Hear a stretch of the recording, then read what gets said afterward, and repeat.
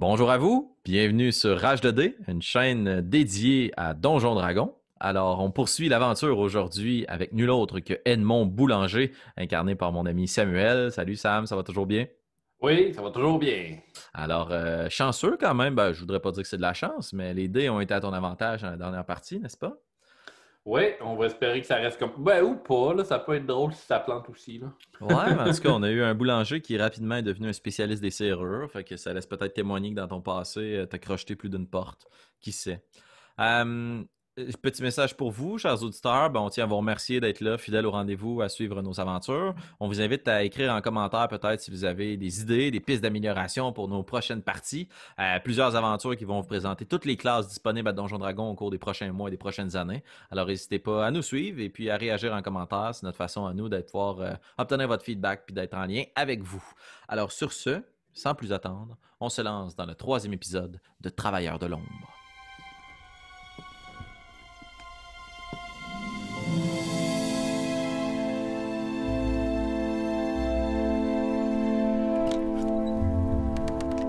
Excellent. Alors, Edmond Boulanger. La partie reprend, tandis que les dernières lueurs, c'est-à-dire les premières lueurs du jour, commencent à poindre peut-être. On est en très très tard dans la fin de la soirée. La nuit commence tranquillement à laisser place au jour. Tu as laissé passer beaucoup de temps à l'intérieur des granges et des bâtiments du fossile. Sans nécessairement dire qu'on est aux premières heures du matin, la nuit commence à être avancée. Tu as récupéré dans ta dernière mission des taches d'encre sur les doigts, victime d'un piège qui a été apposé sur le livre de compte. Et puis, tu as aussi récupéré une bourse pleine de pièces que tu as intégrées à la tienne. Et c'est donc en remettant la cape sur tes épaules que tu prends tes aises et ton chemin en direction de ta boulangerie dans les rues de Richland. Qu'est-ce que tu voudrais faire avant de retourner chez toi ou est-ce que tu voudrais te lancer sur une autre mission? J'aimerais essayer de trouver, là, il doit avoir, là, quand même des tanneurs, tu sais, il doit y avoir des pots qui sont tannés dans la ville ou quelque chose Tout comme à ça, fait, tout tu à sais. fait. Il y a des tanneurs qui se spécialisent dans la transformation du cuir, oui. OK. J'aimerais me. Là, ça doit être fermé, là. C'est sûr et certain, là. J'aimerais me rendre chez un de ces tanneurs-là pour essayer de trouver un produit assez fort pour me laver les mains. OK, excellent. Est-ce que tu veux le faire de jour ou est-ce que tu voudrais essayer d'utiliser tes nouvelles compétences et y aller de nuit? J'essaierai d'utiliser mes nouvelles compétences pour y aller de nuit pour pas que ça paraisse justement de jour que j'aille les mains. OK, on verra ce que ça donne et tes connaissances des produits chimiques. Alors, Hmm. tu te diriges dans les rues de la ville puis tu essaies de suivre ton odorat afin de trouver le quartier des tanneurs. Richland n'est pas une ville spécialisée dans la transformation des peaux. Il y a quelques petites échoppes qui se spécialisent dans les tanneurs, qui sont des tanneries, mais ils vont davantage travailler dans les dernières étapes de la manipulation des cuirs et des peaux. Par contre, tu sais que sûrement chez l'un d'entre eux, tu devrais être capable de trouver les produits appropriés. Donc, les échoppes dans la ville sont souvent regroupées par spécialisation.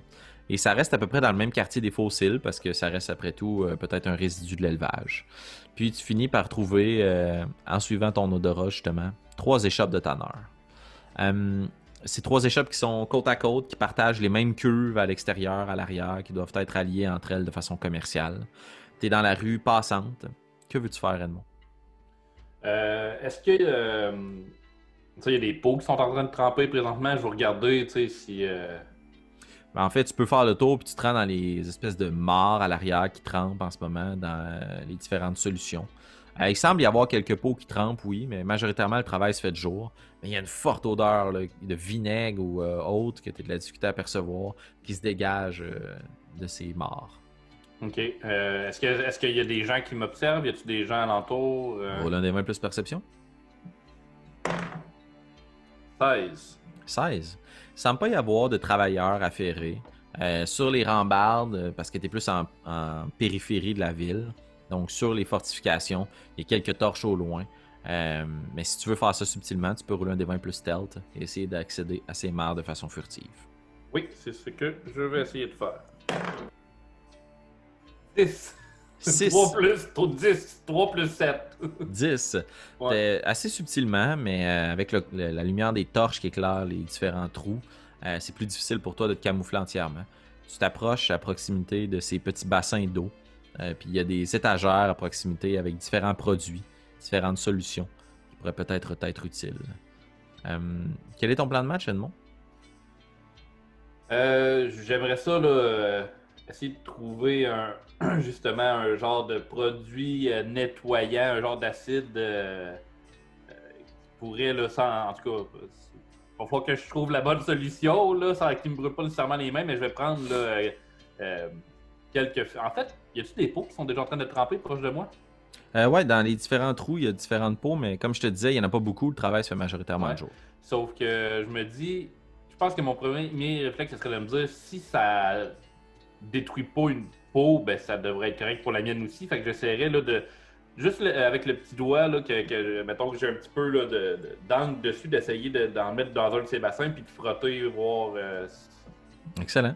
Tu trempes ton doigt dans le bassin des tanneurs, puis tu sens qu'il y a un fort picotement sur ta peau. Au début désagréable, mais qui finit par se calmer un petit peu. Puis tu vois qu'il y a une partie de l'encre qui se dissout. T'en déduis que tu vas être fort probablement capable d'enlever le plus gros de l'encre, mais que tes doigts risquent d'être tachés quand même encore pour plusieurs jours. Ça va être plus facilement dissimulable, mais probablement qu'une paire de gants pourrait faire l'affaire. Ouais, j'essaierais là, de m'enlever le plus grand là, de ça, puis de m'essuyer là, sur peut-être là, une peau qui traîne ou quelque chose comme ça, pour essayer d'en enlever le plus possible, puis après ça, je reprendrai le chemin de la maison. Excellent. Donc, accroupi proche de ce trou, tu te laves les mains assez méticuleusement pour enlever le surplus d'encre entre tes doigts. Tu frottes sur tes ongles. Puis au bout d'un moment, tu es quand même assez satisfait du résultat. Tu es taché encore, mais ça pourrait paraître plus comme de la saleté que réellement une explosion d'encre que tu as sur les doigts. Ou peut-être même quelqu'un qui a eu un accident avec son encrier ou sa plume. Tu es quand même capable de faire un bon nettoyage. Par contre, tu te rends compte qu'en bas dans la ruelle, il semble y avoir un duo de gardes qui passe puis qui jette un coup d'œil en ta direction. Que fais-tu, Edmond? Il jette un coup d'œil dans ma direction, puis est-ce qu'il me pose des questions ou. Ben, t'as pas l'air suspicieux en ce moment, tu te laves les mains dans un Ouais, trou. c'est ça. Ouais. Je vais dire, je vais juste acheter la tête puis dire bonsoir. Bonsoir. Pas un peu tard pour se laver les mains? Ah, j'avais oublié de finir un peu de travail ici à l'échoppe. Donc, Ouais. Vous donc, travaillez je ici? termine ça et je retournais à la maison par la suite. Oui, oui, tout à fait. Mhm. Roule un des 20 plus Deception, s'il te plaît. Ça, c'était pas avantage. Hein? Non, malheureusement. Ça donne 9. 9. Quel est le nom de votre patron? Oscille. Oscille. Roule un dessin, s'il te plaît. Je me suis trompé. Oh, Alice! Merde, je me suis trompé. 90. 90. Ouais. Oscille. Ah, c'est probablement un de ceux qu'on connaît pas. Ouais, faut pas connaître tous les tanneurs en ville non plus. Bon, écoutez, dégarpissez, même si vous travaillez ici. On doit jeter un coup d'œil dans les échoppes et pas personne n'a le droit de circuler dans le coin à cette heure-ci. Oui, je comprends tout à fait. Parfait. De toute façon, j'avais terminé le boulot pour ce soir. Mon patron va être content. Bonne Mhm. soirée. Quel est Ouais. votre nom? Ouais, c'est Clé. Et lui, c'est Liam. Enchanté. Et Au vous? revoir, monsieur. Moi, c'est Roderick. Roderick. Jamais entendu parler. Vous travaillez où, mis à part la tannerie, Roderick? Eh bien, je travaille à la tannerie et je vais être dans les champs de temps en temps. Eh bien, ce serait agréable qu'on ne vous recroise pas aussi tard. Les choses sont dures ces temps-ci, hein. Vous savez, avec les efforts de guerre et tout, on n'aimerait pas tomber sur de vilains filous. Je comprends tout à fait. Ça ne se reproduira pas. J'avertirai mon patron. Très bien. Allez, bonsoir. Bonsoir. Quand même chanceux, 90% ainsi que.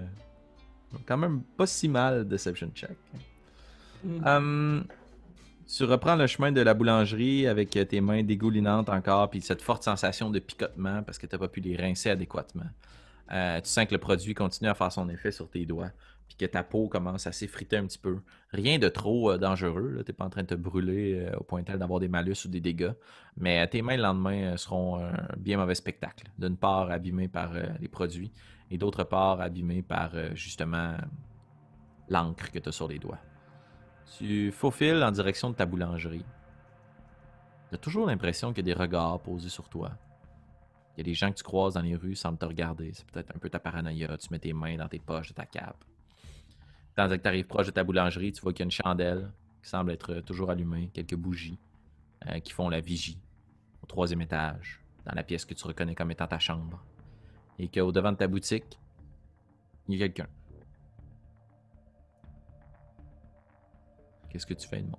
Est-ce que je suis loin de ma boutique ou Ouais, tout à fait. Tu peux être à proximité comme tu peux être loin si tu veux dissimuler et essayer de jeter un coup d'œil. Est-ce que ça ressemble plus est-ce que ça ressemble à un garde? Ça ressemble-tu à un. Roule un devant plus perception. Je les aime pas les perceptions. Ah, ok, nevermind, je les aime 19. Avec un bon 19, tu jettes un coup d'œil puis tu te rends compte que c'est un gaillard plus grand, gros et rustre, avec une coupe de cheveux militaire, mais qui semble pas être habillé en membre de la garde, qui semble faire des allers-retours, être à côté sur un des murs à proximité. Jette un coup d'œil en direction de ta boulangerie. Ok, je vais m'approcher là d'abord comme si je rentrais chez nous là. Tu t'approches, il jette un coup d'œil, tu du regard. Il intervient pas. Je le connais pas, je l'ai jamais vu, puis il faisait juste fouiner devant chez nous. Ouais, il semble observer, monter la garde. Puis avec son apparence puis sa carrure, sans nécessairement le reconnaître per se, tu t'imagines que c'est probablement un des hommes de main de Sergei Rouchik et que jour et nuit, ta boulangerie est observée. Je vais y faire un clin d'œil là, puis je vais rentrer dans la boutique. Tu utilises ta clé, tu rentres dans ta boutique, tu fais sonner les petites cloches. Cling, cling, cling, cling. Tu refermes la porte derrière toi. Quelle est ta stratégie à partir de maintenant, Edmond, pour ton retour à la maison? J'aimerais. Avant d'aller me coucher, il y a une dernière chose que j'aimerais faire, c'est de prendre un grand seau, puis de le remplir d'eau. Excellent. Puis il me reste une dernière chose à faire, c'est de me rendre dans le bureau, de regarder le petit sac que j'ai mis dans ma poche, d'investiguer, voir s'il n'y avait pas là, de piège après. Puis peu importe là, le résultat, pour l'ouvrir, je vais le déposer dans l'eau pour empêcher qu'il y ait un éclaboussement là, d'encre partout dans le bureau, là, que ça contienne là, un peu là, le tout. Là. Excellent. Donc, tu remplis une chaudière que tu amènes à l'étage dans le bureau. Puis tu déposes la pochette à l'intérieur, tu refermes la porte derrière toi. Tu investigues. Il ne semble pas y avoir de piège ou autre, c'est vraiment une bourse, là, tout ce qui est le plus standard. Tu la déposes quand même dans le fond de l'eau, puis tu l'ouvres. Tu te rends compte qu'à l'intérieur de la bourse, quand tu l'ouvres, il semble avoir un peu de poussière qui remonte à la surface, comme si tu avais mouillé de l'encens ou autre. Mais à travers ça, il y a une bonne quantité de pièces. Puis, juste pour simplifier la narrative, tu vas retrouver l'équivalent de 35 pièces d'or. Okay. Malheureusement, les autres fournitures qu'il y avait à l'intérieur, soit des épices ou de l'encens, ont été ruinées dû au fait que tu les as mis dans l'eau. Mais de toute façon, c'est le métal qui compte peut-être pour toi. Oui, puis ça me tentait pas de me refaire splasher dans... Du coup, ouais. C'est un bon point. Au bout d'un moment, dans ton bureau, à inspecter tes pièces, ça cogne à ta porte. Constance, est-ce que c'est toi? Edmond? Oui. Ah. Je vais essayer je vais me frotter les mains, puis je vais essayer. Dans le fond, l'eau doit être rendue un petit peu épicée, puis avoir certaines odeurs, là. Fait que je vais m'en servir comme pour toilettage, là, avant d'aller me coucher, là. Excellent. Donc, tu nettoies, tu lisses tes cheveux derrière, tu essuies la sueur que tu avais sur ton visage, puis la porte s'ouvre. Puis, tu vois ta femme avec des cernes sous les yeux, qui a l'air stressée. Ah, tu rentres tard? Ah, oui, je suis désolé, Constance. Les affaires avec la terre à Hazelwood ont pris beaucoup de mon temps aujourd'hui et j'aurai des grosses journées pour les prochains jours. Y-t-il quelque chose que je puisse faire, mon mari, pour t'aider dans cette affaire? particulière? Écoute, ne t'en fais pas, j'ai tout ça entre les mains. La meilleure chose que tu peux faire, c'est continuer à t'occuper de la boulangerie comme tu le fais et de surveiller les enfants. Ton travail est parfait et j'apprécie beaucoup ton appui, mais c'est un... pour ce qui touche la terre à Hazelwood, ce sera... Nous ferons beaucoup de profit, mais ce sera beaucoup de travail pour moi pour les prochains jours. Donc ne t'en fais pas pour moi. Je réglerai tout cela. Je te demanderai de rouler un des 20 plus Deception, s'il te plaît.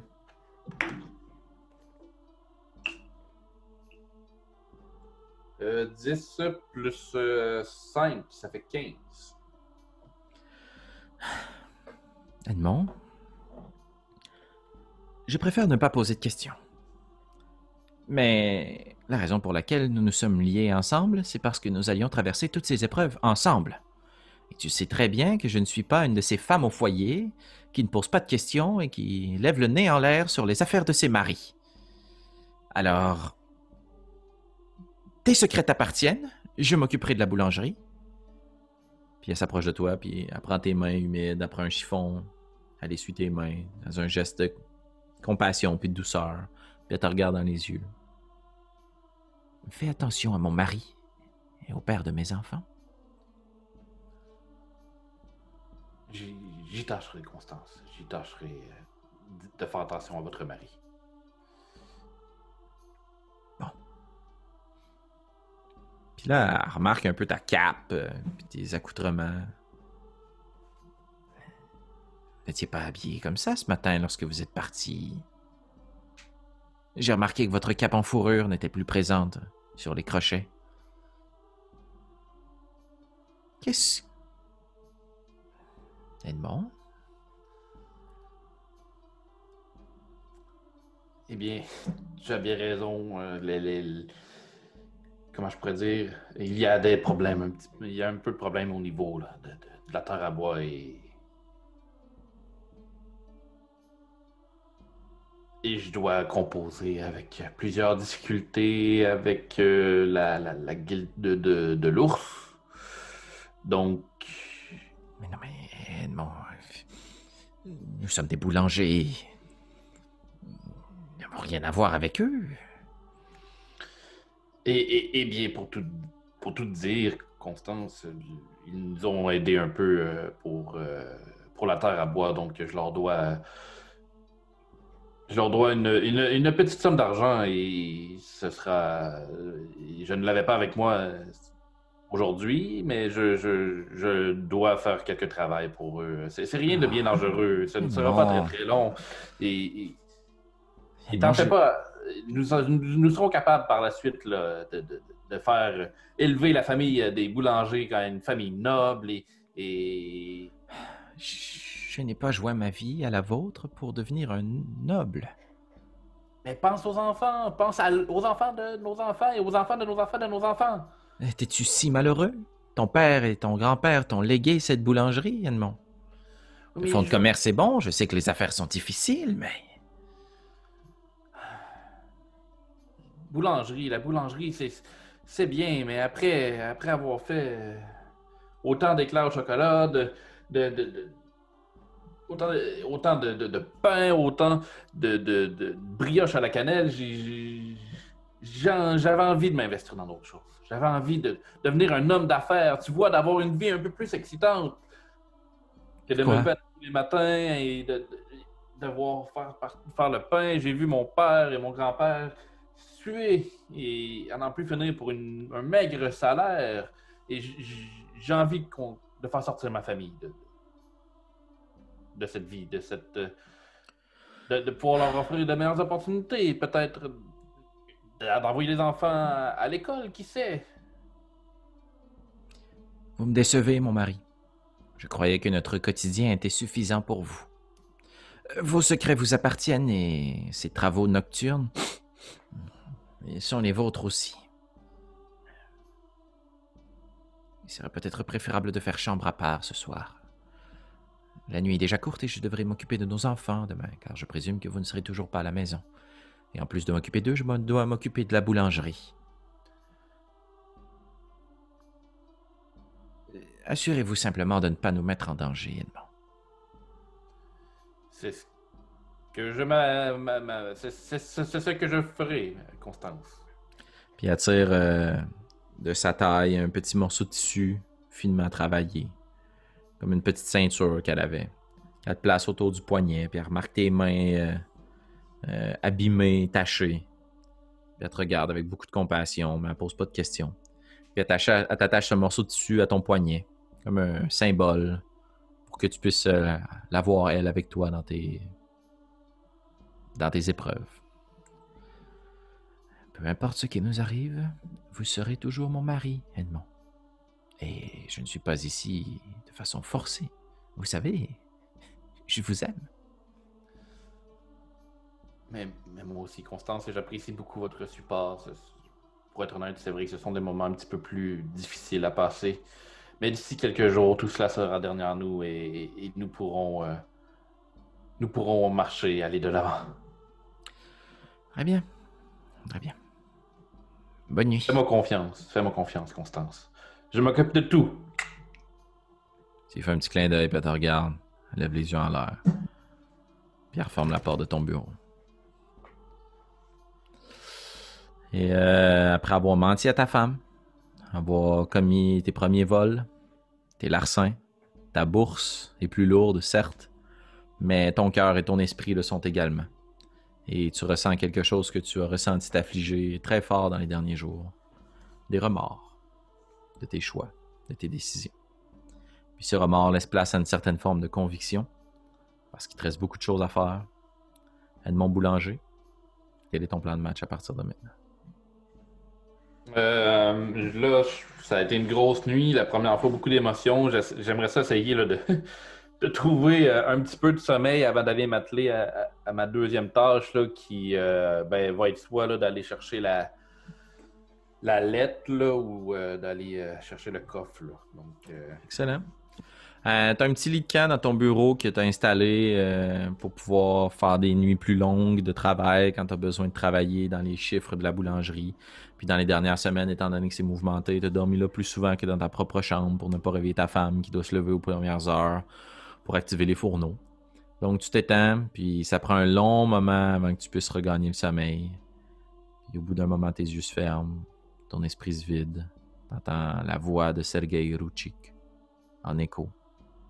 Tu revois les coffres que tu as ouverts, l'explosion de la teinture sur tes doigts, le sentiment de peur que tu as eu quand les gardes t'ont accosté. Puis le stress s'égare avec tout ce que tu préfères avec tes nouvelles richesses et ta terre à bois. Puis les problèmes t'accablent, mais tu tombes dans un sommeil profond. Puis aux premières lueurs du jour, tu te surprends à te réveiller relativement frais, dispo. Tu te lèves dans les premières heures. Puis pour quelques secondes, t'oublies. T'oublies le poids sur tes épaules. Puis soudainement, ça te revient tandis que tu te lèves, tu t'étires, t'es courbaturé, puis tu remarques la teinture sur tes doigts, puis les vêtements dans lesquels t'as dormi, le seau d'eau à côté de toi. Et ça te revient. T'as 2 tâches à effectuer le plus rapidement possible. Soit retrouver la lettre dans le pigeonnier des grandes plumes, ou bien te rendre au quai pour récupérer un coffre. Edmond Boulanger, que privilégies-tu pour cette deuxième journée? Sergei m'avait dit que la lettre était pour être due pour aujourd'hui, en fait. Là. Je pensais que je pense qu'elle était pour partir comme aujourd'hui. Là. Ouais. Donc, le plus pressant, ce serait de récupérer la lettre. Excellent. De ce que j'en comprends. Donc, c'est ça que je vais devoir m'affairer à faire. J'ai toujours pas d'idée nécessairement comment que je vais m'y prendre. La tour est située dans un quartier assez... il y a quand même beaucoup de gens qui passent là. De tes réflexions de la veille, il y a comme 2 actions possibles que tu peux faire. Soit tu essaies d'y aller en plein jour, puis tu essaies de te frayer un chemin en utilisant la ruse, le mensonge, la tromperie, pour te rendre jusque dans le pigeonnier lui-même, ou bien pour faire venir la lettre jusqu'à toi, par beaucoup d'efforts de persuasion, ce qui va être un chemin très difficile.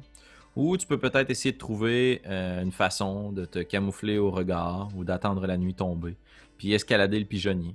T'es pas un grimpeur naturel, Ça va être un défi en soi, mais rien n'est impossible, surtout si on fait les bons jets de dés, pour te rendre jusque dans le sommet du pigeonnier.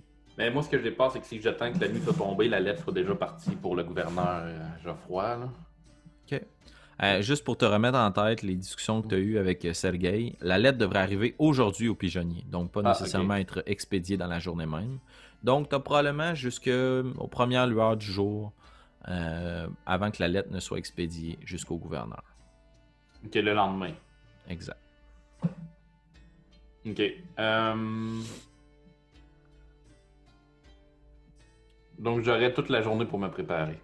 Je vais essayer, d'abord, là, de prendre ça un petit peu plus tranquillement, puis de suivre un employé du pigeonnier pour essayer de voir il habite où. OK. Rapidement, tu prépares tes effets personnels, tes équipements, tu remets la cape sur tes épaules pour camoufler ton matériel, tu te ramasses une éclair au chocolat au passage dans cette boulangerie-pâtisserie qui est la tienne, puis tu t'engances dans les rues en direction du Grand Pigeonnier. Puis ma proximité, sous un arbre, sur un banc, avec les pigeons autour de toi qui affluent par centaines, qui mangent quelques graines au sol, tu commences à jeter un coup d'œil sur les allées et venues des employés du Grand Pigeonnier. Je te demandais de rouler un D20 plus investigation, s'il te plaît.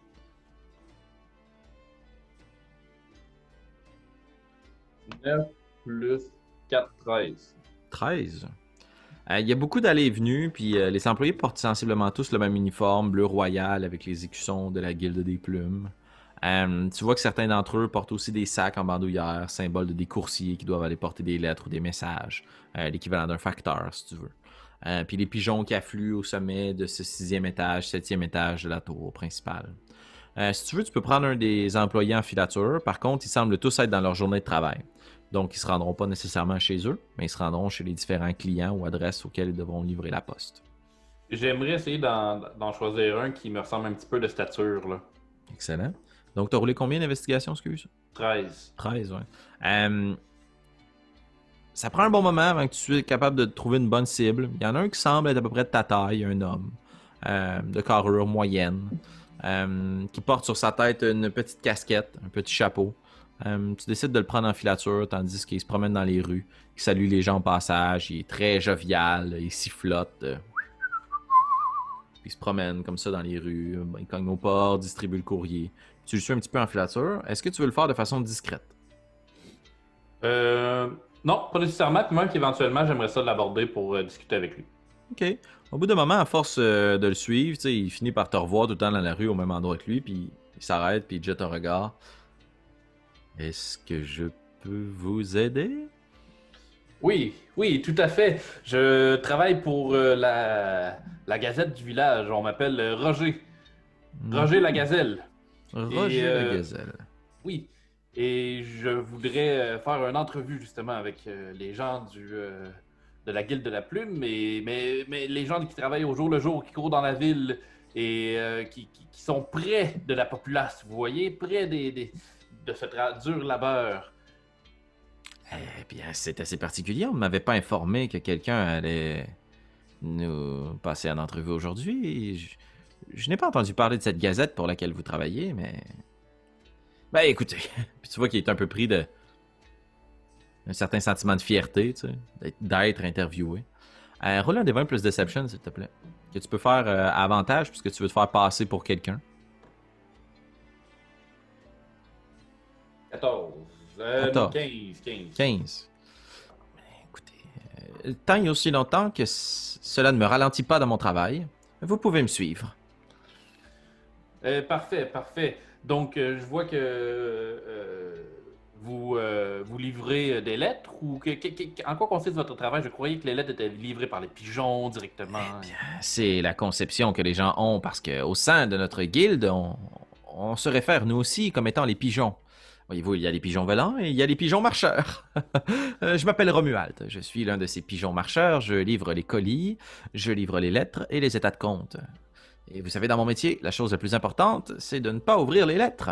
Hein? Il est important que celles-ci demeurent cachetées, car la confidentialité prime. Donc, vous n'avez jamais ouvert de lettres, même pas par pure curiosité? Hum, non, quelle drôle de question. Roule un des 20 plus Insight. 7. 7. Il semble pas jamais avoir ouvert de lettres. C'est un gars qui semble être honnête, bien mis. Il prend son travail très au sérieux. Et aujourd'hui, quelle est votre route? Eh bien, aujourd'hui, je parcours les commerces. Voyez-vous, c'est la journée des états de compte. À chaque début d'un mois, eh bien, les différentes guildes commerciales livrent les états des comptes en approvisionnement au commerce avoisinant. Et donc, eh bien, il est tout naturel pour nous de livrer ces états de compte en personne. Hein? Ah, donc vous vous occupez directement des états de compte. C'est un travail assez important. Hmm, pas vraiment.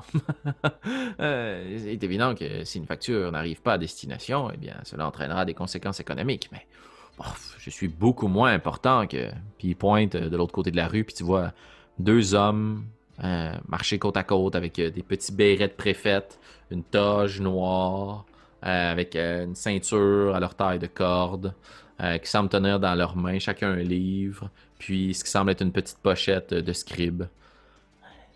Ce sont les inquisiteurs. Je vous avouerai qu'eux aussi, ils font un travail très important. C'est eux qui s'assurent que les livres des états de compte des différentes guildes sont à jour et que tout le monde paye bien ses taxes. Je ne voudrais pas être pris à ne pas payer mes taxes. Non, effectivement, vous avez raison, c'est fort important. Et est-ce que vous faites des livraisons parfois chez des nobles, dans des différentes guildes, ou est-ce que c'est toujours des états de compte? Principalement la poste courante. Les colis qui sont adressés directement à la noblesse sont livrés par coursiers recommandés. Hein. Ce ne sont pas de simples pigeons qui vont les livrer. Ce sont des employés plus distingués qui s'occuperont de ces livraisons. Ah, mais parlez-moi aussi de ce célèbre pigeonnier.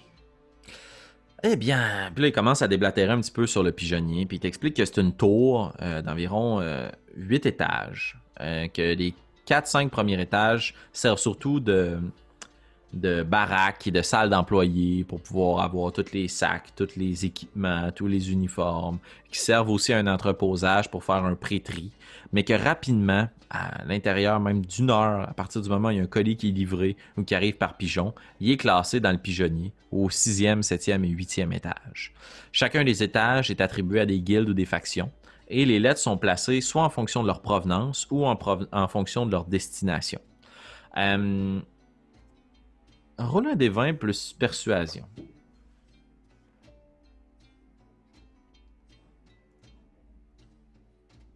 9 plus 5, 14. Puis il finit par te dire, mais vous savez, ce n'est pas tout le monde qui peut avoir accès à ce pigeonnier. Il est même touché aux moindres lettres. Il y a différents mécanismes de sécurité qui sont en place dans les étages supérieurs. Puis il pointe à son poignet un petit bracelet avec des runes. Ceci nous permet de toucher sans aucun problème aux différentes lettres dans le pigeonnier. Autrement, si quelqu'un ne porte pas ses bracelets, n'allez pas me demander comment ça fonctionne. Il semblerait que quelque chose de terrible se produit. C'est la première chose qu'on nous demande lorsque l'on arrive au travail le matin. Avez-vous vos bracelets? Avez-vous vos bracelets? On ne peut pas l'enlever. Même à la maison, on essaie le plus possible de le garder sur nous. Bon, on peut l'enlever en cas de besoin. Il vaut mieux ne pas l'abîmer. Puis il pointe le petit mécanisme au point du poignet qui permet de le détacher. Mais un pigeon sans son bracelet est pratiquement inutile. Wow. Tout ça est vraiment fascinant. La Gazette sera vraiment heureuse de pouvoir publier cet article. Et laissez-moi savoir, un emploi comme cela doit rapporter beaucoup d'argent. Vous devez avoir une belle maison dans un secteur huppé. C'est une question un peu personnelle, si vous voulez mon avis. Je préférerais ne pas répondre. Je comprends, mais pour les lecteurs, ils aiment cela, la sensation. Le sensationnel. Roule un des 20 plus persuasion encore. 16, 11 plus 5. Bon, entre vous et moi, je préférerais que cela ne paraisse pas directement dans l'article. Il est vrai que le travail de pigeon est assez bien rémunéré. Par contre, j'avais quelques dettes à mon actif, si bien que le plus clair de ma paye va rembourser ses propres dettes. Ma maison est assez modeste. Je loue une chambre dans un des complexes d'appartements de la Guilde des Briques. Vous savez ce que c'est, hein? On peut pas tout avoir. Mais au moins, je me compte chanceux. J'ai un travail. Et me permet de voir des gens. Et entre vous et moi, cette dette, comment pourrais-je vous aider pour vous remercier d'avoir passé cette entrevue? Je pourrais vous payer pour essayer de diminuer cette dette ou à combien s'élève-t-elle? Est-ce que je peux vous aider? Écoutez, je préfère ne pas vous partager mes tracas, mais il est évident que si la Gazette vous a remis une bourse afin de compenser les différentes personnes que vous interviewez, eh bien, je ne peux pas accepter de pourboire, mais j'imagine que cela ne figure pas dans la liste des pourboires. C'est plutôt une commission. Non, tout à fait. Et cette bourse est à ma discrétion. Vous voyez, je choisis combien j'en laisse à chaque personne. Donc, euh, si vous pouvez m'indiquer environ de quelle façon, de quel montant est votre dette, je pourrais essayer de la diminuer fortement pour vous et ainsi d'améliorer votre sort. Eh bien, bien, bien. Écoutez, si cela peut vous aider à m'aider, je trouve cette question très personnelle. Vous en déplaise, je vous recommanderais de ne pas être aussi insistant auprès de vos autres collaborateurs. Je dois encore une somme d'environ 150 pièces d'or. Oh, c'est une bonne somme quand même. Oui. Et je suis en mesure de la rembourser et les intérêts à chaque mois.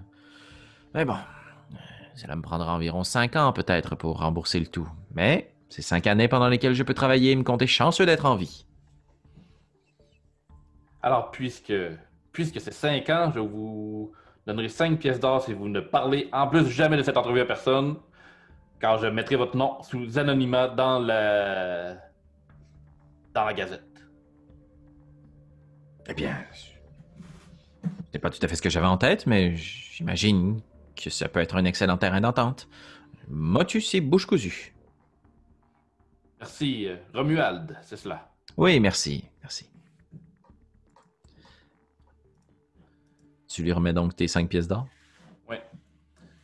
Ça n'a pas été exactement ce que je voulais, mais je le sais qu'il habite dans le quartier des Briques, c'est ça? Exactement. OK. Je vais aller dans une boutique de vêtements par la suite. OK. Puis je vais essayer de changer les vêtements pour avoir l'air un peu plus, tu sais, d'acheter une casquette, mettons, de travailleur, là, tu sais, puis des vêtements qui vont être capables de, tu sais, au lieu d'avoir une cape, ça va être vraiment des pantalons un peu plus, là, de rough, là, d'employé, puis je vais, quand va arriver, là, vers la fin de son shift, là, je vais essayer, là, d'aller attendre là, dans le quartier des Briques, là, près d'un endroit où je pourrais voir, là, de logis, là, tu sais, là, essayer de voir s'il y a des employés, si lui ou un des employés là, du pigeonnier reviennent à cet endroit-là. OK. Juste pour... Ouais, vas-y. Ouais, puis pour le reste de la journée, tu sais, si je peux aussi, là, parce que je vais avoir toute la journée devant moi, j'imagine, là, Ouais. une bonne partie. J'aimerais aller dans une boutique là, pour tu sais, des cadenas, Un serrurier. un serrurier, ouais, exact, merci. Puis acheter là, quelques serrures juste pour me pratiquer pour le fun. OK. Ben, pour le total de tes dépenses, on peut calculer un gros 3 pièces d'or. Les serrures étant quand même beaucoup plus dispendieuses que les vêtements. Tu ne seras pas en mesure d'acheter un uniforme parce qu'il est réservé aux membres de la Guilde des Plumes. Mais tu es capable de t'acheter des vêtements bleu royal, tu sais, qui, pour quelqu'un qui regarde rapidement, pourrait donner l'impression que tu travailles dans ce type de guilde. Ah ben mon objectif, c'est pas nécessairement d'avoir un uniforme qui ressemble aux plumes en ce moment. C'est vraiment OK, d'avoir c'est juste des vêtements de travailleur. C'est juste des vêtements de travail qui me cachent un petit peu plus mon visage, puis le Excellent. fait que les gens peuvent me reconnaître. C'est des gants pour cacher mes mains aussi, là, des gants peut-être un Parfait. peu plus de travail. Changer mon apparat pour pas qu'il y ait quelqu'un qui me voit. Hey, Edmond, tu sais. Parfait. Fait que tu es capable de changer tes accoutrements. Tu as une grosse cape grise sur un par-dessus gris aussi qui semble être plus des vêtements de mineurs ou de charbonniers, ce genre de choses. Puis une grosse casquette avec une back coiffe qui descend derrière qui te permet de protéger ta chevelure. Donc, des vêtements très, très rustres de travailleurs. Puis tu te procures 3 cadenas de différentes complexités que tu possèdes avec lesquels tu pourras continuer à perfectionner ton art de la serrure. Et puis tu te diriges dans le quartier de la Guilde des Briques. Tu laisses un peu de temps passer, puis ton objectif, c'est de pouvoir voir ou d'intercepter un facteur ou un membre de la Guilde des Plumes?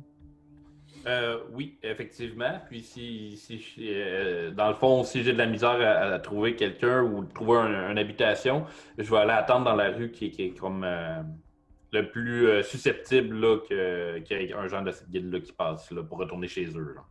OK. Mais tu vois différents travailleurs qui convergent vers ces espèces de grands complexes d'appartements qui abritent des gens de toutes les guildes, de toutes les factions. Puis autour de 4 à 6 heures, là, c'est vraiment là, juste avant l'heure habituelle du souper, c'est là qu'il y a un afflux principal de travailleurs. Puis à travers ça, tu es peut-être capable de voir certains membres de la guilde. Roule un D20 plus investigation, s'il te plaît. Ou perception, plutôt. 6 plus 0, 6. 6. Tu essaies de voir dans la foule puis distinguer des facteurs ou autres. On dirait qu'avec l'affluence des gens puis les va-et-vient, tu n'es pas capable de repérer peut-être directement Romuald. Mais tu vois des gens qui semblent être vêtus du bleu royal de la guilde. Un homme et une femme qui marchent ensemble et qui reviennent voir le complexe des briques. OK. Bon. Dans ce cas-là, si je suis pas capable de repérer Romuald, parce que Romuald, je savais qu'il était un peu tout seul, puis qu'il était dans une chambre un peu plus pauvre, fait que j'aurais peut-être pu essayer d'aller voler son bracelet et tout. Donc, je vais changer de stratégie sur le champ, puis je vais me diriger là, vers l'homme et la femme. Puis Romuald m'avait montré la serrure, là, la façon que le bracelet est attaché. Mm-hmm. Ça avait-tu l'air difficile? C'est l'équivalent d'une montre, avec une lanière de cuir, ouais. OK. Je vais me diriger vers l'homme et la femme, puis je vais prendre quelques piécettes d'argent dans mes mains. Puis, sans faire par exprès, je vais rentrer en contact, là, comme en marchant, là, paf, épaule à épaule, du côté justement où ils portent leur bracelet. Je vais laisser tomber quelques piécettes en même temps. Puis, je vais essayer de voler la montre là, d'une façon... comme Ok. un. OK. Commence par rouler un D20 plus Deception pour voir à quel point ton stratagème fonctionne, puis ça va avoir une influence sur la marque à atteindre pour ton Slay of Hand. OK, 12. 12. Assez maladroitement, tu les percutes, il y a comme pas grand monde dans la place, puis toi tu marches directement dans eux, boum, tu les percutes, ça les sépare, les pièces tombent au sol. Ils sont d'abord insultés, puis ils comprennent pas trop ce qui se passe. Roule un D20 plus Slay of Hand, s'il te plaît. Pardon, désolé. 15. 15. Ta main saisit l'avant-bras de l'homme en question, puis tu essayes d'une dextérité assez fine de défaire le poignet puis la montre, puis tu finis par plutôt essayer de tirer un peu dessus pendant que tu penses que c'est détaché, puis l'espèce de bracelet de cuir, affaibli par tes gestes, casse. Mais l'homme en question s'en rend visiblement compte. Mais qu'est-ce que vous faites là? Je pars à courir.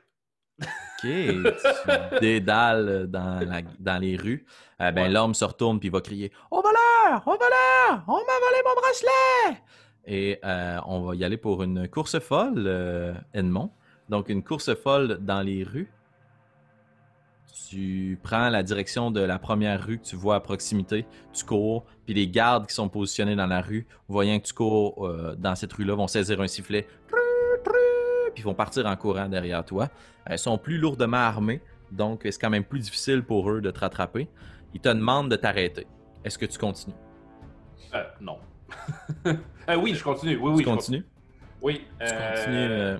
Je continue, j'utilise. Tu sais, je vais essayer de. Ben, vas-y, fais la narrative. Puis, ouais. Tu continues à courir loin d'eux, puis t'entends derrière toi un bruit de mécanisme et de cliquetis. Et il y a un carquois, un carreau d'arbalète qui va essayer de te toucher dans l'épaule. Ce sera un total de 9 pour toucher. Non, armor class de 14. Le carquois, le carreau d'arbalète t'a tiré rapidement, revole dans la ruelle, glisse au sol. Arrêtez-vous! Puis le sifflet se fait entendre, tu continues à courir. Quelle est ta stratégie? Te sauver avec des acrobaties ou te sauver avec de l'athlétisme? Je vais essayer de me sauver avec des acrobaties, tu sais, rentrer dans une ruelle, essayer de, même à la limite, là, si je vois un coin de building, ben non, ça va être des acrobaties, essayer de faire tomber des barils en arrière de moi, puis de courir, là, ouais. Excellent. Donc, tu continues à courir, puis tu bifurques dans une première ruelle. Puis il y a un troisième garde qui joue à la course, qui court derrière toi. Vous avez sensiblement la même vitesse, mais tu utilises tout ton sprint, j'imagine, pour te sauver. Puis à un certain moment, tu laisses tomber des choses derrière toi. Je vais te demander de rouler un D20 plus Acrobatics qu'on va comparer avec leur D20 plus Athletics. 16 plus 5, 21. 21. Tu réussis à faire tomber un baril. Il y a un des gardes qui tombe à la renverse. Le deuxième saute par-dessus. Puis il y en a un qui commence à souffler, puis qui reste derrière, puis qui continue à souffler, puis qui fait venir des gens. Puis toi, tu commences à grimper peut-être sur l'un des bâtiments, tu sais, les différents bâtiments à étage. Tu grimpes sur un premier toit, puis un deuxième. Puis le garde réussit à se hisser, puis à continuer à te suivre. Arrêtez-vous! Puis il va laisser partir un carquois. Un carreau de son carquois. Ouh, ça va toucher, ça, je pense. C'est 19 pour toucher. Oh oui, ça touche. Et ce sera un total de 6 points de dégâts. Le carreau d'arbalète qui pénètre profondément dans ton épaule derrière. Ah! Tu sens la douleur. Arrêtez-vous! Au voleur! Au voleur! Puis tu continues à courir. On va refaire un D20 plus Acrobatics contre son D20 plus Athletics. 17 plus 5, 22. 22. Tu vois qu'il y a de la difficulté après s'être arrêté pour mettre un carreau dans son arbalète, de continuer à te suivre puis à grimper. Tu réussis à prendre une certaine distance. Est-ce que tu as le choix? Est-ce que tu continues à te sauver ou est-ce que tu essaies de te cacher? Là, je suis quand même assez blessé. Là. Je vais essayer de me cacher. Je pourrais pas maintenir là, cette cadence-là en étant avec un carreau. Tu sais, je serais pas subtil. Là. Fait que je vais essayer de trouver là, un endroit où je peux me cacher, un coin noir, un coin sombre, quelque chose comme ça Excellent. Donc, sur certains toits, tu as des petits auvents qui permettent aux gens de se protéger de l'ombre. Donc, tu utilises un de ces toits-là pour pouvoir te cacher. Tu essaies de te placer dans l'ombre. Je vais te demander de rouler un des 20 plus stealth contre un des 20 plus perception. OK, 15 plus 7, 22. 22. Le temps passe. Tu sens l'adrénaline qui pompe, puis ton sang qui semble s'écouler de ta plaie abondante, assez béante sur ton épaule. Tu essaies de te rester camouflé, de pas trop gémir pour la douleur. Et au bout d'un moment, les bruits de sifflets se font entendre. T'entends des chiens aboyer dans les rues. Des chiens qui te cherchent. T'entends des discussions entre les gardes. Le temps passe. Au bout d'un moment, l'adrénaline s'estompe. Les chiens se dissipent. Et on semble avoir perdu ta trace. T'es pris sur le toit de ce bâtiment-là. Une flèche de juché dans ton épaule. Tes vêtements que tu viens de t'acheter sont maintenant tachés de ton propre sang. Ta cape l'est également. Et quelqu'un a volé un bracelet du pigeonnier. Ce qui fait que le pigeonnier risque d'être un peu plus en alerte. Et ton niveau de suspicion a augmenté de 1. Edmond Boulanger, quelle est ta stratégie? Là, je suis quand même pas mal blessé. Là, j'ai un carreau dans l'épaule. Si tu veux prendre 1 heure pour faire un short rest pour pouvoir regagner des points de vie, c'est possible. Tu vas pouvoir soigner ta plaie sur le toit. Ouais. Non, je suis justement en train de me dire, je dois pas être capable de me soigner moi-même là, si le carreau est dans l'épaule puis tout ça, c'est. Ben, en fait, comme dans pas mal de choses à Donjon Dragon, ça va être un jet de médecine et on verra si tu peux rouler un hit dice. Ben, je vais essayer là, d'arrêter les saignements puis d'enlever le carreau. Puis de toute façon, ça va juste faire que les gardes vont peut-être moins porter attention 1 heure après ou quelque chose comme ça. Là. Fait que je vais prendre le temps d'essayer de me soigner le mieux que je peux. Genre. Excellent. Je t'invite à rouler ton jet de médecine. 10, pur 10. 10 pur 10. Juste pour simplifier la narration, t'essayes d'enlever le carreau, mais tu sens que ça va être difficile, mais au bout d'un moment, t'as pas le choix. Tu te résignes à prendre une partie de ta cape que tu déchires pour pouvoir appliquer une espèce de pansement, puis tu fouilles dans tes effectifs, tu prends des morceaux de tissu, puis t'appliques une pression. Tu sais que c'est pas recommandé, mais c'est la stratégie pour laquelle tu vas opter. T'enlèves le carreau de ton épaule. Tu laisses tomber au sol, tu commences à saigner, tu as été étourdi un petit peu. Tu appliques un pansement, une pression, puis tu te fais une espèce d'attelle sur ton bras. Tu vas pouvoir regagner un seul hit dice. Ok. Vu que je suis un voleur, mes hit dice sont. Attends un petit peu, je vais juste. Un des 8 de mémoire. Ouais, faut que je clique sur Short Rest, là, c'est ça. Un des 8, c'est ça. Je regagne 2 points de vie. 2 points de vie. Donc, à -4, la plaie qui continue à te faire mal, mais tu es capable d'appliquer une pression, de te soigner minimalement pour regagner un petit peu de vitalité. Le reste de ta journée va être plus difficile. Tes vêtements sont tachés de sang. Est-ce que tu décides d'abandonner justement ta cape derrière toi? Comment est-ce que tu veux procéder pour essayer de camoufler un petit peu le sang sur tes vêtements? C'est sûr que ce qui a l'air d'avoir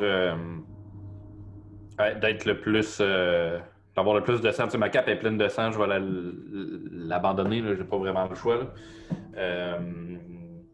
Je vais essayer de me trouver là aussi. Oh mon Dieu, comment je vais faire ça? Ok, il va falloir que je descende du toit éventuellement aussi. Là. En descendant du toit, est-ce qu'il y aurait une fenêtre que je pourrais voir qui mène dans une chambre? Tout à fait. Tout à fait. C'est très possible. Tu es sur un des toits plats de la ville, mais différents toits en pente autour de toi, avec des fenêtres à l'intérieur qui mènent dans des greniers, des maisons. Ok, j'aimerais essayer de trouver là, une chambre vide, essayer de m'immiscer dans cette chambre-là pour essayer de trouver des vêtements. Excellent. Donc, la première pièce qui est à proximité de toi, la plus proche, tu veux jeter un coup d'œil à l'intérieur, roule un des 20 plus Perception. 18. 18. Tu jettes un coup d'œil à l'intérieur, ça semble assez sombre. D'ailleurs, le soleil commence à se coucher. Il doit être autour de 7 heures maintenant, après le temps que tu as passé sur le toit. Donc, il y a les dernières lueurs du jour. Puis, la fenêtre n'est pas barrée. Est-ce que tu rentres à l'intérieur? Oui, si je vois pas personne, je rentre à l'intérieur. Tu pousses la fenêtre, puis tu rentres dans un grenier sombre, poussiéreux. Il y a plusieurs meubles qui sont recouverts de grandes toiles blanches. Un vieux moulin à coudre, de vieilles chaises empilées les unes sur les autres, des boîtes de bois qui semblent contenir un paquet de babioles. C'est vraiment un espace de rangement dans lequel tu te trouves. Fait qu'il n'y a pas de linge, il n'y a pas... Okay. Ben, tu peux utiliser, si tu veux, les morceaux de tissu, les toiles pour rafraîchir tes bandages, pour avoir peut-être un peu moins l'air de t'être rafistolé quelque chose au coin de la table. Tu remets le tout un petit peu plus propre. C'est pas mal ça que tu peux faire. OK. Ben, puis là, dans le fond, je suis dans une maison. Je suis. Ouais, exactement. Ça semble être une maison. Il doit y avoir des gens. J'entends-tu bouger? Avec ton 18 de perception, tu entends dans les étages plus bas. Comme s'il y avait des personnes qui parlaient, mais c'est assez étouffé par le sol. Puis il n'y a pas un escalier, c'est une grosse trappe qui est fermée en ce moment. OK. Bon. OK, c'est bon. Ben d'abord, je vais essayer de ressortir sur le toit, puis je vais essayer une autre fenêtre. Excellent. Tu continues à te promener ainsi de fenêtre en fenêtre, de toit en toit. Ouais. Je vais te demander de rouler un des 20 plus stealth, s'il te plaît. 15 plus 7, 22. 22. Tu réussis à profiter des ombres puis de la lumière qui commence à tomber à la brunante pour te promener de toit en toit, de pièce en pièce. Ton but, c'est de... Qu'est-ce que tu cherches précisément? Je cherche des vêtements pour qu'il n'y ait pas l'air que j'ai été comme... pour un autre cap, un autre... OK. C'est plus ça que je cherche. Puis s'ils sont bleus, c'est encore mieux. OK. Tu te promènes de grenier en grenier, puis tu es surtout sur les derniers étages, puis tu finis par voir ce qui semble être une chambre plus habitée. Mais il ne semble pas avoir de lumière à l'intérieur. La plupart des gens doivent être attablés en ce moment. La fenêtre n'est pas barrée. Tu rentres à l'intérieur, j'imagine, si tu vois pas hommes qui vivent. Puis c'est une chambre assez modeste qui semble appartenir à une femme. Mais c'est la seule chambre que tu as vue autour de toi. Puis il y a un grand mobilier, comme une grande armoire à l'intérieur de laquelle il y a différents vêtements. Tu fouilles et tu essaies de trouver quelque chose. Roule un des 20 plus investigation, s'il te plaît. 9.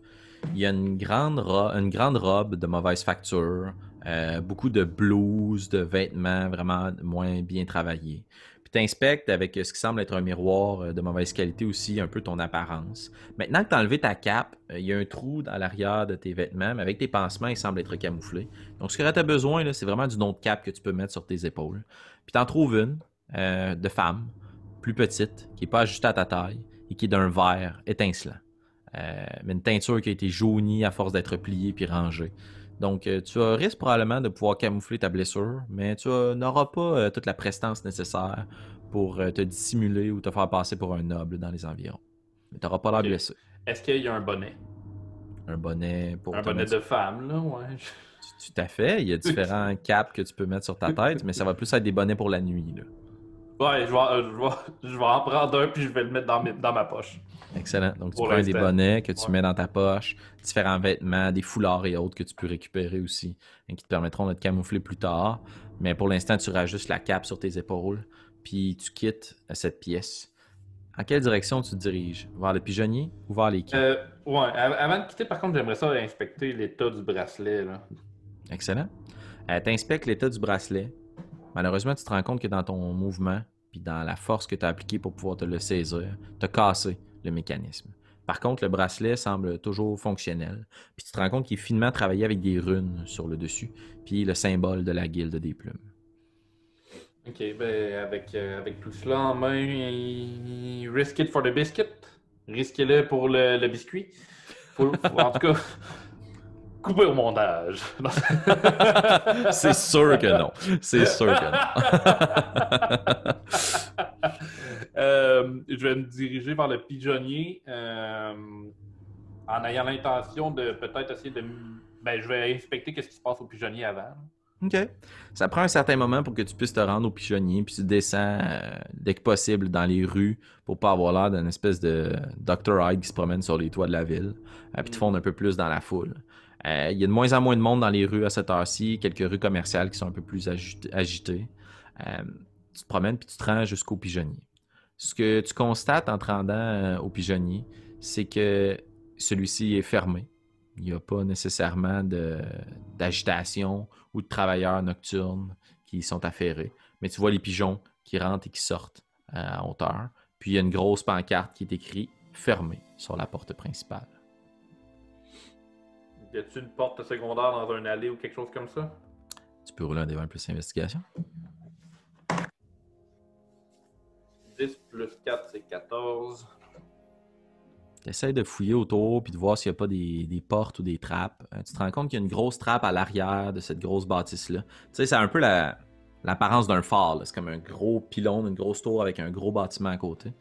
Puis de l'autre côté, il y a une grosse trappe qui est barrée avec une grosse chaîne épaisse et un gros cadenas. Là où sont sûrement déposés des ballots de lettres ou de parchemins qui proviennent de l'extérieur ou de la cargaison des colis. Mais tout est fermé à clé. Est-ce que c'est dans un. Est-ce qu'il y a des gens qui pourraient me voir essayer de. Roule un des 20 plus perception. 10. 10. Ça semble être assez dégagé. C'était pas dans une petite allée sombre, là, parce que justement, c'est les chariots qui vont se rendre jusque-là pour déposer leur colis. Mais il n'y a pas personne à proximité ou que tu peux voir pour l'instant. Ok. Je vais essayer de débarrer là, la chaîne pour entrer à l'intérieur. Là. Alors, tandis que Rufus du Parquet avait comme special move de mourir et d'être ramené à la vie, ton special move, Edmond, ce sera de voir tes talents de crocheteur de serrure. Tu vas rouler un D20 plus dextérité et tu vas doubler ton bonus de compétence. 12. 12. 5 plus 7, 12. Tu essaies de t'affairer, ça prend un bon 10 minutes, mais le cadenas est assez gros et de très bonne facture. T'es pas capable de venir à bout de ce cadenas-là. Ok. Est-ce que si je lève ma tête, les fenêtres vont être toutes fermées aussi? Toutes les fenêtres semblent être fermées, à loquet, semblent être barrées avec les loquets à l'intérieur. Si tu veux rentrer par l'une des fenêtres, il va falloir briser un câble. Ou la forcer avec ton crowbar. Ouais, j'ai pas. Le crowbar, c'est. Ok, je vais essayer de. Un petit peu, là.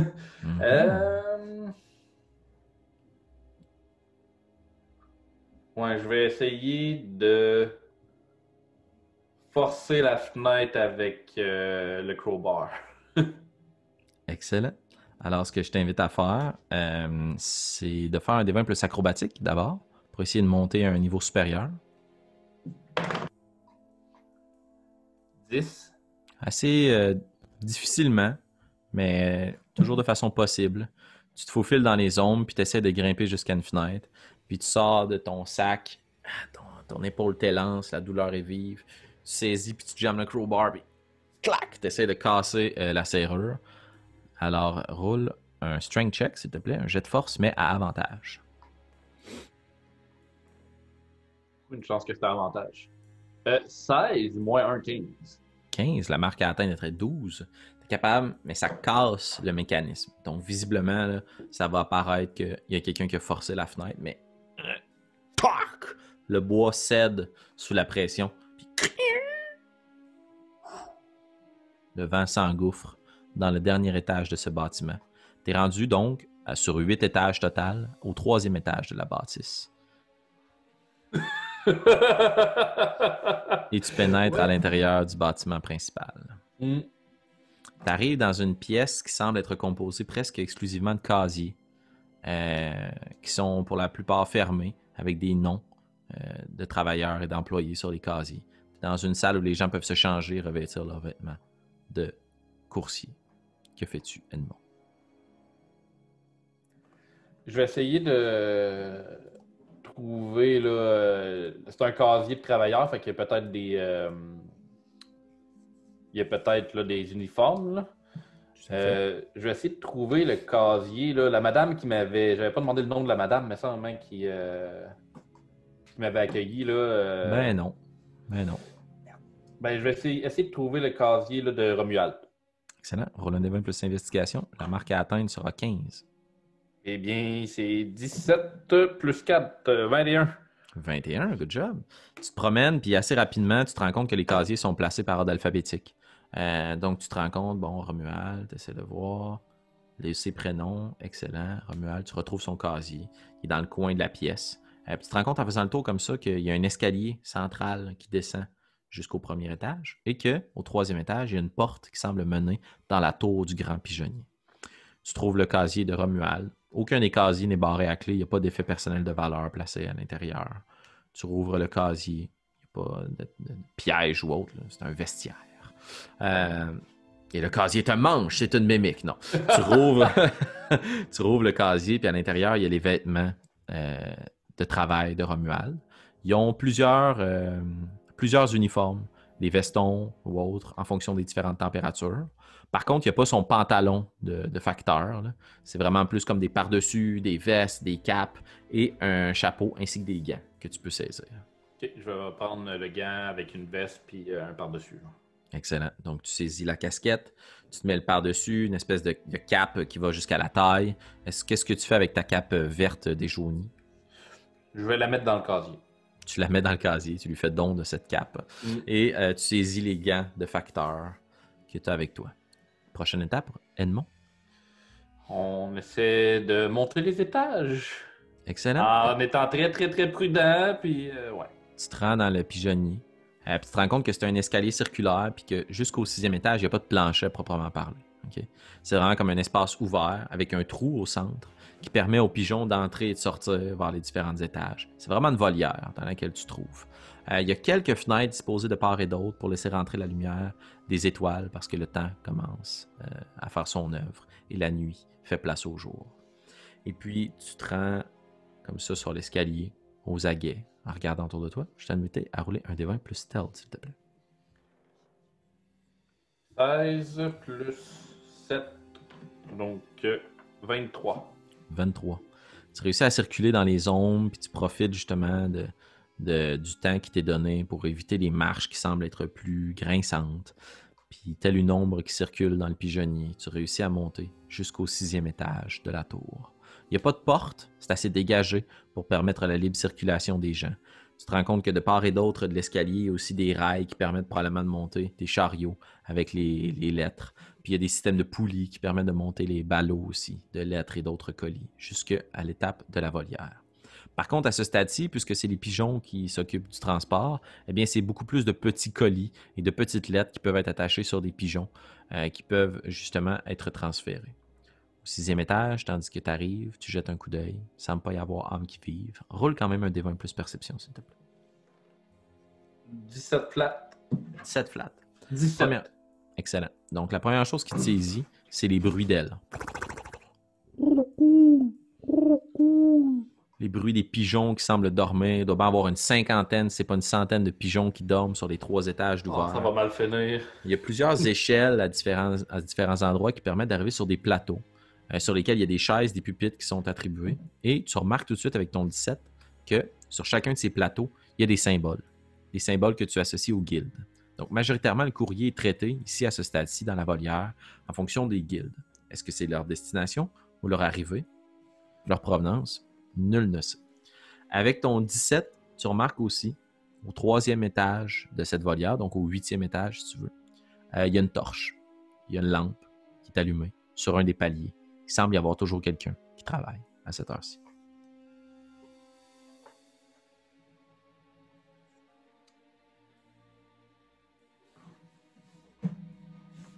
Est-ce que je suis capable de m'approcher des casiers sans alerter la personne qui travaille? Elle semble être sur l'un des paliers. Tu peux te rendre sur plein d'autres casiers sans nécessairement l'alerter, tout dépendant de ton stealth check. Ouais, mais j'aimerais ça essayer de... Dans la poste, normalement, c'est vers la destination qui vont être classés, peut-être. Fait que j'aimerais ça... Est-ce qu'il y a... Est-ce qu'il y a un sigil que c'est celui du gouverneur? En fait, le sigil du gouverneur, ça va être celui de la famille royale. Donc, c'est un aigle bicéphale. Ah oui, ça va bien, ça. Hein? OK. Donc, tu prends ton temps, puis tu regardes autour de toi, puis tu reconnais chacune des factions, des guildes. Puis, tu remarques que le plateau qui sert au gouverneur est au dernier étage. Mais ce n'est pas celui sur lequel il y a quelqu'un qui travaille. C'est un autre des plateaux à proximité. Puis, juste pour que tu puisses bien te le figurer, là, c'est un espace ouvert, avec des échelles et des escaliers qui longent les parois, qui sont ouvertes à plein d'endroits, puis qui permettent de passer d'un palier à un autre. Donc, tu sais, les échelles puis les escaliers se croisent. Il y a des rambardes, évidemment, pour éviter que les gens tombent, là, pour se rendre jusque sur chacun des paliers. Que fais-tu, Romuald? Edmond, déguisé en Romuald. Est-ce que ce serait plus facile pour moi d'atteindre la guilde des racines? Ouais, dans le fond, c'est classé, on dirait, par ordre d'importance et de prestige. Donc, les guildes sont placées au 2e étage, puis la royauté semble être placée au 3e étage. Je vais commencer d'abord par aller investiguer là, la place là, de la guilde des racines là, pour les lettres. Là, Excellent. Donc, c'est plus facile. tu t'approches, tu grimpes un des escaliers, puis tu te rends sur le plateau de la guilde des racines, un peu comme pour la partie précédente. Je vais t'inviter à faire un jet combiné de furtivité et d'investigation. 23 pour la furtivité, puis j'ai roulé 8 plus 4 pour l'investigation, j'ai fait 12. Tu essaies d'inspecter autour de toi, puis tu regardes assez furtivement, tu te rends jusqu'au palier associé à la guilde des racines. Puis tu observes à travers les lettres. Puis en effet, tu te rends compte qu'il y a différents sceaux qui témoignent que tu as bien déduit. Les lettres sont classées par destination et non pas par provenance. Puis tu vois qu'il y a des casiers pour chacun des familles, des membres des familles, des lieux de travail de la guilde des racines. Et beaucoup de ces lettres-là sont en direction de la ville de Hazeltown, en bordure de la grande forêt d'Hazelwood. Est-ce que tu veux chercher quelque chose en particulier? Ben maintenant, en direction d'Hazeltown pour la ville de... ouais. Non, il va falloir que je focus sur... que je me concentre sur la tâche qui m'est répartie, puis il va falloir que je sois capable de monter là, jusqu'au casier là, de la famille royale pour le gouverneur pour trouver la lettre. Excellent. En essayant d'éviter le garde ou ce que j'en comprends être un garde. Là, T'entends quelqu'un qui semble travailler, tandis que tu grimpes les marches puis les escaliers pour te rendre en haut. Il y a 2 paliers au dernier étage. Un qui semble être dédié à la famille royale à proprement parler, qui est à Castel du Cap, qui est la forteresse et le château principal de cette partie de la côte. Et l'autre qui est un palier plus petit, qui sont l'ensemble des lettres et correspondances de provenance et de destination gouverneur. Donc son courrier n'est pas mélangé au reste. Tout ce qui s'adresse à lui est placé dans ce casier-là, et tout ce que lui envoie est placé dans ce casier. Et les deux plateaux se font face au dernier étage. Donc les gens travaillent dos à dos, mais les deux paliers se font face. Donc tu te rends du côté du gouverneur, et l'employé semble travailler du côté de la royauté. Quelle est ta stratégie par rapport à ce personnage? Est-ce que tu veux essayer subtilement d'aller chercher les lettres, ou est-ce que tu veux essayer, lui, de le neutraliser? Écoute, Edmond, c'est vraiment pas quelqu'un qui est violent. S'il peut éviter là, de faire mal à quelqu'un, en fait, tu sais, c'est pas un combattant dans la vie, là.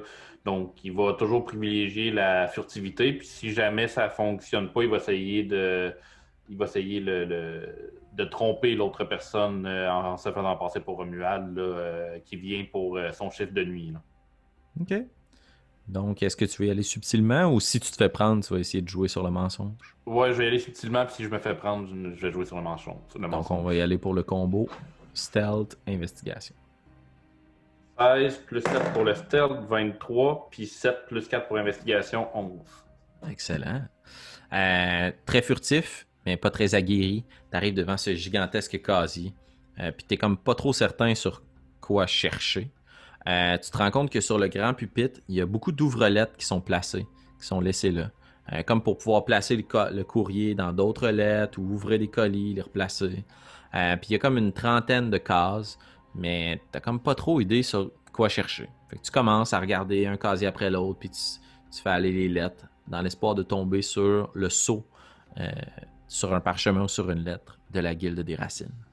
Puis ça te prend une bonne quinzaine de minutes. Si jamais je vois que c'est pour être trop long, là, Mhm. je vais prendre toutes les lettres. Si pas, dans le fond, Ok, toutes il y a comme une centaine de lettres là, réparties Ok, dans les never casiers. mind. Ok. C'est bon, laisse faire de bord. je vais chercher. Ouais. Fait que tu cherches encore. Je vais te demander de refaire un jet combiné de stealth et d'investigation. Ok, 10 plus 7, 17 pour le stealth. 7 plus 4, 11 pour l'investigation. Tu continues ton travail, puis tu essaies de voir, puis c'est parce que tu es dans la noirceur, tu n'as pas allumé de torche, j'imagine, une Non. lampe pour pas te faire voir. C'est assez difficile pour toi de trouver la lettre, puis tu es comme rendu aux 3/4 des casiers. Puis tu te rends compte que ta stratégie n'est pas nécessairement la plus efficace. Tu vas avoir de la difficulté à trouver avec précision la lettre que tu cherches. T'imagines, tu sais, est-ce que ça c'est la Guilde des Racines? Bon, il y a une lettre, mais est-ce que c'est celle qui est adressée au gouverneur? Quelle lettre je recherche? Quelle lettre de la Guilde des Racines? Fait qu'à chaque fois que tu vois une lettre qui pourrait être affligée du sceau, tu la prends et tu la places de côté sur le bureau le plus subtilement possible, très ralenti par le travail. Tu as fait les 2/3, tu dois avoir à peu près 7 lettres en ce moment sur le bureau. Je vais t'inviter à refaire un jet de furtivité et d'investigation. 3 plus 7, 10.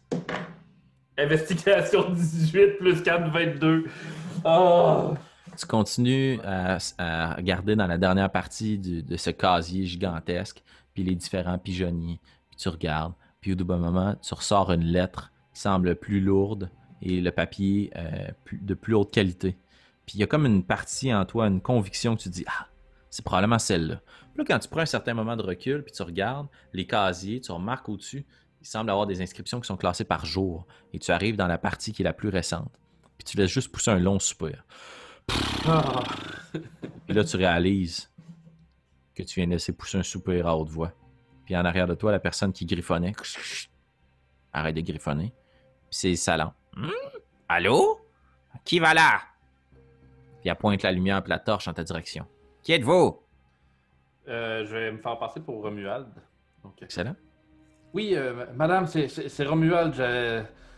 Il y a un courrier important que nous devons livrer au gouverneur sous l'ordre du chef de la guilde de la guilde des fossiles. Et pourquoi est-ce que vous êtes ici en pleine nuit?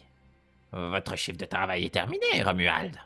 Oui, mais vous savez, madame, je tiens très fort à mon travail et j'ai rencontré là, la personne de la chef de la guilde qui m'a demandé de livrer cette lettre très, très rapidement et malheureusement, j'ai oublié aujourd'hui, vous comprenez, donc... Elle commence à marcher vers toi. Je vais t'inviter à rouler un des 20 plus Deception, s'il te plaît. Tu peux rouler avantage parce que tu te fais passer pour quelqu'un et que tu l'as déjà rencontré. 16 plus Deception. Oui. 5, 21. Wow, bien joué. Donc, elle continue à marcher vers toi, puis elle continue à t'éclairer avec la torche. Ouais. Il y a une certaine limite à ce que ton déguisement va être en mesure de Quand faire. elle va s'approcher vers moi, je vais dire, ah, parfait, j'ai trouvé, puis je vais m'en aller d'elle d'un certain pas en descendant les marches, puis tout, tu sais, là, je vais... Pas si vite, pas si vite. Mais je dois me dépêcher, madame, je dois me Mais dépêcher. comment êtes-vous convaincu qu'il s'agit de la bonne lettre? Puis là, elle regarde tout le courrier que tu as placé sur le bureau. Mais vous avez sorti toutes les lettres de la Guilde des Racines. Je continue à descendre. Oui, effectivement, c'est la bonne lettre, c'est cette bonne lettre, je suis certain. Romuald! Romuald, espèce de vaurien, laissez-moi pas seul ici avec tout ce travail! Je reviendrai demain matin. Vous en entendrez parler, petit! Puis tu vois qu'elle pousse un long soupir. Puis elle commence à replacer les lettres. Roule un dernier D20 plus Deception, s'il te plaît. Avantage ou pas? Non, parce que là, c'est plus par rapport à comme le stratagème global que ta personnification de Romuald. 11 plus 4, 15. 15. 11 plus 5, 16. Excuse. Une lettre en pleine nuit, mais ça veut rien dire. Puis elle place les lettres dans le casier. Mais qu'est-ce que c'est que ça? Ah, j'imagine que s'il n'avait pas eu son bracelet, que c'était quelqu'un d'autre, les pièges se seraient déclenchés, mais bon. Puis elle replace les lettres, puis tu descends avec ta petite lettre. Et tu sors du grand pigeonnier. Ben, Ah. je vais Ouais. retourner par le. Je vais repasser par le même endroit que je suis rentré. OK? Je vais remettre les vêtements de Romuald, puis je vais glisser un autre 5 pièces d'or dans son casier. Excellent. Puis je vais quitter là, par la fenêtre. Là, Tu en remets reprenant la cape. ta cape verte jaunie sur tes Ouais. épaules que tu places. Tu ressors par la fenêtre, tu jettes un coup d'œil. Tu vois des gens passer, t'attends. Les gens passent, puis tu te reglisses. Alors pour peut-être un dernier jet pour cette partie, roule un des 20 plus Acrobatics. 11 plus 5, 16. 16. Tu réussis à descendre quand même assez adroitement.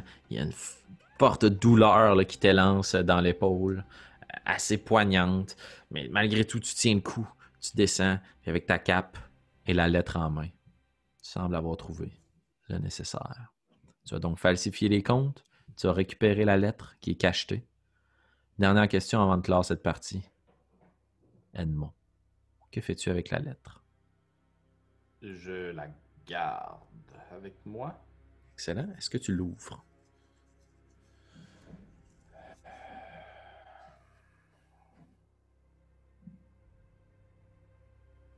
Non. Ça faisait pas partie de mon contrat. Tout à Donc, fait. Edmond va être très professionnel comme d'habitude dans son travail. Il va suivre les instructions. Là. Excellent. Tu places la lettre dans l'intérieur d'une des pochettes de ton manteau. Et, juste pour simplifier, la fin de cette partie et le début de la prochaine, quelle est ta stratégie à partir de maintenant, Edmond? Est-ce que tu veux continuer tes investigations nocturnes pour te rendre au quai ou est-ce que tu retournes une bonne nuit de sommeil chez toi?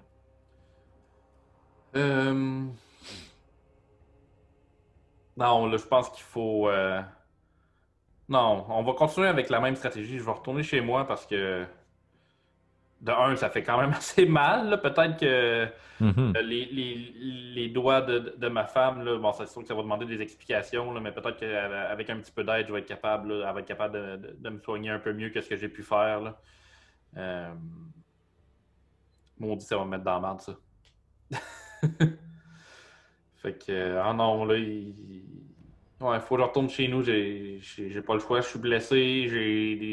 J'ai comme j'ai plus de vêtements. Je suis tout croche. Puis j'ai aucune idée il est où le coffre, là. Excellent. La guilde de la brique, là, la guilde des briques. Là. Alors, juste pour terminer la partie, tu te rediriges vers la boulangerie Guilde en des morts. prenant cette décision. Et tu continues ton chemin. Tu te rends jusque chez toi. Il y a une autre figure, une seule personne encore, mais ce qui semble être une autre personne, qui est toujours placée devant ta boulangerie puis qui fait des 100 pas dans la rue. Qui te voit te diriger, qui jette un regard, tourne sa torche, puis semble te reconnaître ou ne pas vouloir porter attention, puis te laisse rentrer à l'intérieur de la boulangerie. Et sur cette nuit chargée d'explications qui s'approche de nous, c'est ainsi qu'on va terminer ce 3e épisode de la série Travailleurs de l'ombre. Merci Samuel. Ouf! Merci Avec- Félix. Un carreau d'arbalète de planter dans l'épaule et des vêtements de femme plein les poches. J'ai hâte de voir tes explications pour Constance. Alors, chers auditeurs de Rage 2D, je vous remercie d'avoir été fidèles au poste pour cet épisode, peut-être un petit peu plus long qu'à l'habitude, mais je pense que ça en a valu grandement la peine. Edmond devenu Romuald, devenu maintenant, on ne sait trop qui. Sa femme risque d'avoir bien de la discuter à le reconnaître, mais on se dit quand même à une prochaine fois, à la semaine prochaine, pour notre 4e épisode. Salut!